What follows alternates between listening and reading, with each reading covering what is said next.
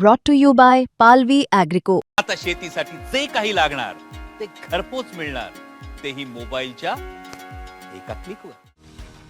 अहिल्यानगरमध्ये असलेल्या तीर्थक्षेत्र तारकेश्वर गडाचे महंत आदिनाथ महाराज शास्त्रींनी स्वतःवर हल्ला करून स्वतःला गंभीर जखमी केलंय.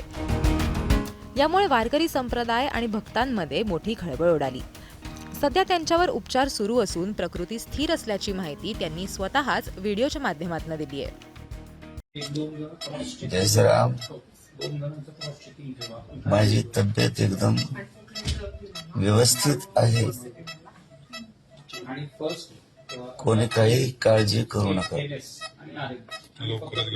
मी लवकरात लवकर गडावर येणार आहे. जय श्रीराम. तारकेश्वर गड हे एक जागृत देवस्थान आहे. या गडाचे प्रमुख म्हणून महंत आदिनाथ महाराज शास्त्री कार्य पाहतात.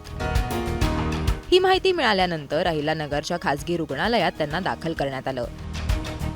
डॉक्टर हर्षवर्धन तन्वर यांच्या टीमनं त्यांच्यावरती शस्त्रक्रिया केली असून त्यांची प्रकृती आता स्थिर आहे असं त्यांच्याकडनं सांगण्यात आलंय. जेव्हा महाराज आले आपल्या इकडे तर थोडी परिस्थिती गंभीर होती. रक्तस्राव बऱ्यापैकी झाला होता, ॲक्सिडेंटल इंजुरी होती आणि आले तेव्हा आमची पूर्ण फर्स्ट एड जी टीम आहे ती रेडी होती इथे. तर त्यांना आपण ICUत पहिले स्टेबिलाईज केलं. त्यांचं सगळे व्हायटल्स आपण चेक केले, ते सगळे नॉर्मल केले. रक्तस्राव आपण थोडं टेम्पररीसाठी टाईमसाठी आपण तो बंद केला, रक्तस्राव जो होत होता.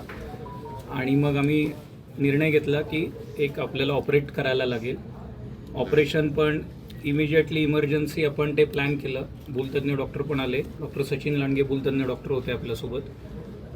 त्या टीममध्ये मी डॉक्टर स्वतः हर्षवर्धन तन्वर न्यूरोसर्जन, माझ्यासोबत doctor Aditya Damani, doctor Govind caste sir, हे सगळेजण उपलब्ध होते. आणि आता महाराज एकदम परिस्थिती चांगली आहे, आउट ऑफ डेंजर आहे. जे काय गोष्टी आहेत ते एकदम चांगल्यारीते आपण पार पडलेल्या आहेत.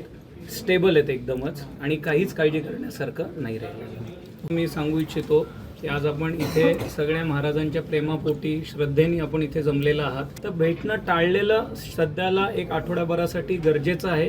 क्रॉस इन्फेक्शन्स होतात, आपल्याने जर जंतुदोष तिथे जाऊ शकतो, तर आपण भेटणं टाळूया. या घटनेची माहिती मिळाल्यानंतर भाजपचे नेते व आमदार रुग्णालयात दाखल झाले. त्यांनी महाराजांच्या प्रकृतीची विचारपूस केली. कोणत्याही अफवांवर विश्वास ठेवू नका असं आवाहन सुद्धा त्यांनी यावेळी केलंय. अतिशय व्यवस्थित ऑपरेशन झालंय. डॉक्टरांशी बी मी बोललोय. सर्व अहिल्यानगरचे टॉप चांगले डॉक्टर या ठिकाणी आलेले आहेत. म्हणून ज्या काही गेल्या काही वेळापासून अफवा होत आहे की काही महाराजांनी स्वतःला काही करून घेतलं आहे, आत्महत्याचा प्रयत्न केला आहे, तर सर्वांना एवढीच विनंती आहे की अशा खोट्या अफवा काही कुणी पसरू नये. महाराजांशी आत्ताच बोलणं झालं आहे. अतिशय व्यवस्थित तब्येत आहे. पोलीस आणि स्थानिक प्रशासन या प्रकरणाची चौकशी करतंय. पण महाराजांनी इतकं टोकाचं पाऊल का उचललं, त्यांच्यावर कुणाचा दबाव होता का असा प्रश्नही उपस्थित केला जातोय. ब्युरो रिपोर्ट, मुंबई तक.